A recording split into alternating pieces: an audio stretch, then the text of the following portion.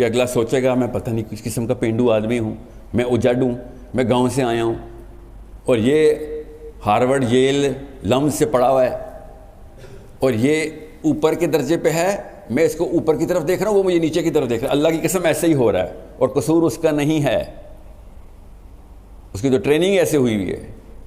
باطل کی ٹریننگ جتنی مرضی لو، درجہ اوپر نہیں جاتا۔ آپ کو حق کی ٹریننگ ہوئی ہوئی تھی، اور اللہ کی قسم میرا مسلمان مجاہد واقعی میں باطل کو ایسے دیکھ رہا ہے جیسے پتہ نہیں کون سے پہاڑ کو دیکھ رہا ہے۔ یہ پریشر آپ نے اپنے سر پہ خود ڈالا ہوا ہے۔ جب تک آپ اسرٹیو ہو کے، بدتمیزی نہیں کرنی، تہذیب کبھی نہیں چھوڑنی ورنہ تو دین سے ہی فارغ ہو گئے، مگر یاد رکھیے گا گھمنڈ اسلام میں نہیں ہے، مگر ناز اسلام اور ایمان کی نشانی ہے۔ یہ غور سے سمجھ لیں اس بات کو۔ اور مسلمان لڑکا، اسپیشلی پاکستانی مسلمان لڑکا، اسپیشلی مدرسے کا، وہ ناز چھوڑ دیتا ہے جب وہ غیر اللہ کے سامنے گفتگو کرتا ہے۔ اس سے بڑی گاڑی اور اس سے بڑا گھر کوئی نہیں ہے، اللہ کی قسم یہ ہے وہ آپ کے جنت کے محل ہیں۔ یہ اللہ کے نبی صلی اللہ علیہ وسلم نے شاہ فرمایا تھا، اس لیے مسلمانوں کو کہ الجنہ حق، کہ یہ نہ سوچ لینا کہ یہ حق ہے جہاں پہ دنیا میں، یہ ایک الوژن ہے۔ اصل میں جو تمہارا گھر ہے، وہ جو بڑی کوٹھی ہے، جو بڑی گاڑیاں ہیں، وہ وہاں پہ ہیں تمہاری، وہ تمہارے پاس ہیں، اور تم ان کے چھوٹے چھوٹے گھروں کو دیکھ کے یہ سمجھ رہے ہو کہ یہ اوپر ہیں اور ہم نیچے ہیں۔ یہ بچپن کی ٹریننگ میں بنتا ہے ہمارا، یہ بچپن سے آپ کے ذہنوں میں ڈال دیا گیا ہے، علماء نے نہیں ڈالا ہوا۔ یہ نفسیات ہے، اس مشین کا مینول یہ تھا۔ آپ نے وہ واقعہ سنا ہے نا، جب ایک عیسائی نے عشائیہ دیا تھا ابو طالب ان کے قافلے کو، کہ اس نے پتھروں کو سجدہ کرتے ہوئے دیکھ لیا تھا، یاد ہے آپ کو وہ ڈائلاگ؟ یاد ہے اس بندے کا کہ میں نے سارے بندے دیکھ لیے ہیں، گن لیے ہیں، کوئی نہ کوئی بندہ تو تمہارے میں مسنگ ہے۔ تو ابو طالب نے کہا نہیں، سارے لوگ یہی ہیں، یہیں پہ ہیں۔ اس نے کہا نہیں بھائی، کچھ تو معاملہ خراب ہے۔ جو واقعات اور نشانیاں میں نے دیکھی ہیں نا تمہارے قافلے کے ساتھ، پوری کائنات جس طریقے سے سجدہ کر رہی تھی، سارے ادھر ہیں۔ 3 دفعہ اس نے پوچھا، ظاہر ہے جتنے بھی لوگ تھے وہ سب کے سب موجود تھے۔ پھر اچانک ابو طالب نے کہا کہ ہاں میرا بھتیجا ہے، مگر وہ تو بھی بچہ ہے، وہ باہر اونٹوں کی رکھوالی کر رہا ہے ہماری۔ اور عیسائی نے ایسے پکڑا اپنا ہاتھ کہ ماتھے پہ کہ تو نے کیا کیا، تو آپ بتا رہا ہے، مجھے لے کے جا۔ اور باہر لے کے گیا تو اللہ کے نبی صلی اللہ علیہ وسلم ایسے بیٹھے ہوئے تھے، اور وہ جس طریقے سے رویا ہے نا میرے نبی کو دیکھ کے، تمہیں پتہ بھی ہے تم نے کس بندے کو کس کام پہ لگایا ہوا ہے؟ تو ابو طالب نے کہا اس میں ایسی کیا بات ہے، یہ میرا اپنا بچہ ہے، میرے گھر کا بچہ ہے، اس میں تم ایسی کیا خاص بات دیکھ رہے ہو؟ آپ یہ واقعہ ذرا تفصیل سے پڑھیں اور اپنے حواس قابو میں رکھیں تو مجھے بتانا، اپنے آپ کو سمجھیں۔ اللہ کی قسم پاکستانی مسلمان مدرسے کا بچہ اپنی پتہ نہیں کس احساس کمتری میں ہے جب وہ ان غیر اللہ کے پجاریوں کے سامنے کھڑا ہوتا ہے۔ تو اللہ کی قسم یہ غیر اللہ کے پجاری ہیں، ان کے بت میں نے خود دیکھے ہیں۔ آپ کو اگر بت دیکھنے نہیں نظر آ رہے یا نظر آتے ہیں اور آپ گھبراتے ہیں تو پھر آپ کے بھی وہ بت ہیں۔ یہ اصل میں انسٹرکشن مینول اس مشین کو چلانے کا، وہ بغیر مینول کے چل رہے ہیں، آپ ان کی مشین ٹھیک کرنے جا رہے ہیں۔ ڈاکٹر مریض سے پشیمان ہے، ڈاکٹر مریض کے سامنے گھبرا رہا ہے۔ یہ ماجرا میں دیکھ رہا ہوں اس وقت پاکستان میں، صرف اس لیے کہ وہ انگریزی بولتا ہے۔ اللہ کی قسم غلط انگریزی بولتا پاکستانی،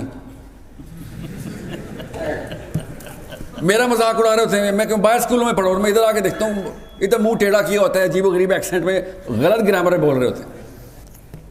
یہ ان کے انفیریورٹی کمپلیکس ہیں، اللہ کی قسم ان کے بت ہیں۔ ایک دفعہ بت پہچاننے کی ٹریننگ لیں، انسان کو دیکھیں، آپ کے سامنے 8 9 10 12 بت ایسے نظر آئیں گے آپ کو۔ اس کتاب کے علاوہ کوئی اور بت دکھانے کی کتاب نہیں ہے۔ اس سے اگر یہ کسی گورے کو پتہ چل جائے نا اس کتاب میں یہ جان ہے، اللہ کی قسم اسکولوں میں پڑھایا کرے گا بچوں کو، وہ بغیر اسلام لائے پڑھائے گا کہ بھائی علم تو علم ہوتا ہے۔ لوگوں کے بت دیکھنے ہیں، اللہ کی قسم ایسے بھیانک بت ہیں، مجھے نظر آتے ہیں، اس لیے میں بتا رہا ہوں آپ کو، آپ کو بھی نظر آئیں گے. یہ کوئی کرامت تو نہیں ہے، یہ کوئی معجزہ تو نہیں ہے. صحابی نے کیا کہا تھا جب وزیر نے، ایران کے وزیر نے کہا تھا کہ تو میرے کروڑوں روپے کے کارپیٹ پہ اپنا 2 روپے کا نیزہ لے کے سوراخ کر کے اندر آ رہا ہے، وہ بھی میرے خدا کے سامنے، تیری تمیز ہے میرے خدا کے سامنے جانے کی؟ تو صحابی نے کیا کہا تھا؟ اس ہولیے میں تک کھڑے ہوں ذرا، یہ ہے میرے صحابی کا ہولیہ. اللہ کی قسم آج بھی اس ہولیے کو پاکستان کے تمام تر ایوانوں اور گھروں میں یہی سوال پوچھا جاتا ہے، الفاظ کچھ اور ہوتے ہیں کہ داڑھی رکھ کے آ گئے ہو، ٹوپی رکھ کے آ گئے ہو، پانچے اوپر کیے میں، پینڈو آدمی، تمہیں پتہ بھی ہے تمیز بھی ادھر آنے کی. تو وہ جو جملہ صحابی نے کہا تھا نا، وہ نفسیات کا جملہ تھا کہ اپنے خدا سے کہہ کہ اس کے خدا کی طرف سے آیا ہوں. یہ آپ کا بیسک ڈسپوزیشن ہے لوگوں سے بات کرنے کی، ان غیر اللہ کے پجاریوں سے بات کرنے کی. اور اللہ کی قسم آپ کے اپنے گھر والے بھی غیر اللہ کے پجاری ہو سکتے ہیں. طریقہ کیا ہے وہ بھی شیخ نے بتایا. پہلے کپڑے دھونے پڑیں گے، اللہ کی قسم کپڑے دھونے پڑیں گے کئی سال. یاد رکھیے گا، ماں اور باپ کی جو دعوت و تبلیغ ہے نا، ان کی جو ٹریک بدلنے کی ٹیکنیک ہے، جو تکنیک ہے، وہ آپ کے آنسو میں ہے. ماں باپ کے سامنے روئیں گے، اللہ کی قسم وغیر اللہ کو چھوڑ دیں گے. بچے کے آنسو میں جو طاقت ہوتی ہے، میں باپ ہوں اس لیے بتا رہا ہوں آپ کو، لیکچر نہ دینا ماں باپ کو. ماں باپ کے دلوں کا راستہ ان کے پیروں میں سے ہے. بچوں کے لیے دل نرم کریں، ماں باپ کے سامنے سے رویا کریں، ان کو پتہ چلے، پوچھیں بیٹا کیا ہو، کیوں روتے ہو، تو بتائیں ان کو کہ میرے لیے اتنی بڑی سزا یہ نہیں ہے کہ مجھے اللہ دوزخ میں جلا رہا ہو، میرے لیے سزا ہے کہ میری ماں کو میرے سامنے دوزخ میں جلا رہا ہو.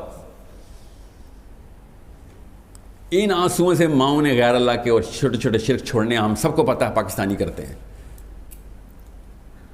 یہ لیکچر دینے کی اوقات نہیں ہوتی ماں باپ کو، بچوں کو اتنی اوقات نہیں ہے کہ ماؤں اور باپوں کو لیکچر دیا کریں. آپ اپنے چھوٹوں کو لیکچر دیا کریں، ہم اپنے ہم اثروں کو لیکچر دیا کریں. ماں کے پیر میں اور باپ کے پیر میں اپنے آنسو بہایا کریں، ایسے پگھلیں گے. بہرحال یہ تو ماں باپ کی بات ہے. آپ کی جو بیسک نفسیات ہے، میں کھلے عام بتانے والا بندہ ہوں. مدرسے کے بچوں سے جتنی امید ہے، ظاہر ہے کسی اور سے امید نہیں ہو سکتی. مسجد والوں سے امید لگاؤں یا مندر والوں سے، مگر اللہ کی قسم مسجدوں میں بت گھس چکے ہیں ہمارے. وہ بت آپ نے نکالنے ہیں. پہلے اپنی غار ہرا میں تو جائیں نا، ہم پہلے اپنے بت تو میں تلاش کر لوں کہ بھئی میں کدھر کا امتی بنتا پھر رہا ہوں. میں بھی تو سوچوں کہ میں کدھر کدھر کمزور ہو جاتا ہوں آ کے، اور کس احساس میں کمزور ہوتا ہوں. کیا وہ احساس کمتری تو نہیں ہے؟ اس لیے جب بھی کوئی داڑھی والا، ٹوپی والا، کلے والا، دین والا، بخاری والا، قرآن والا بندہ آئے، میں آپ کو دور کی بات نہیں بتاتا ہوں. میرے اسکول میں نا جو میتھمیٹکس کے کریکولم کے ہیڈ ہیں نا، انہوں نے کنسلٹنٹ رکھے ہوئے تو انڈیا کے تھے. ابھی کی بات بتا رہا ہوں. ان سے جب بات ہوئی تو انہوں نے کہا کہ انڈیا میں اسکول میں، زیادہ پرانی بات نہیں، 20 سال پرانی بات ہے، کوئی اسکول میں جب بچہ ادھر ادھر کوئی شرارت کرتا تھا تو ہم اسکول کے اندر ہی عام بات تھی کہ کسی مسلمان لڑکے سے پوچھ لو کس نے کیا، مسلمان جھوٹ نہیں بولتا. یہ انڈین پروفیسر مجھے بتا رہا ہے جو مسلمان نہیں ہے. کہتا ہے تمہیں 20-30 سالوں میں تم نے کیا کیا کہ جب بھی کوئی چوری ہوتی ہے ہم اب یہی سوچتے ہیں کہ مسلمان لڑکے کو ڈھونڈ لو، اسی نے کی ہوگی. اپنا برانڈ ریپوزیشن کرنا پڑے گا. برانڈ ریپوزیشن کا مطلب پتہ ہے؟ اپنی آئیڈینٹی کا جو مارکا ہے نا، مارکا، اس کی ڈیفینیشن لوگوں کے اندر ذہنوں میں صلاحیت کرنے کے لیے کنسسٹنسی لانی ہے. 100 ہر شہر سے 100 ایسے مثالیں قائم ہونا شروع ہو جائیں کہ یہ کردار نہیں ہلنے دیتا. بھائی کیا نام ہے آپ کا؟ محمد طلحہ. کردار نہیں ہلنے دیتا. یہ 100 تو ادھر بیٹھے ہوئے خلیف. اللہ کی قسم فیصل آباد کے امپریشن بدلنے کے لیے 100 سے بھی کم کی ضرورت ہوتی ہے. مثالیں لیکن ایک دوسرے کے دلوں میں رقم کرنی ضروری ہے کنسسٹنسی سے. 3 4 5 سال آپ تو 3 دن نماز پڑھیں تو پورا محلہ کو مولوی کہنا شروع کر دیتا ہے. سوچیں ذرا، اتنی جلدی انسان تابع ہوتے ہیں حق کے، اتنی جلدی کنسسٹنسی کے متعی ہوتے ہیں. یہ میری باتوں کو لائٹ مت لیجیے گا. مینول آپ کے پاس ہے، اگر پھر بھی آپ احساس کمتری میں ہیں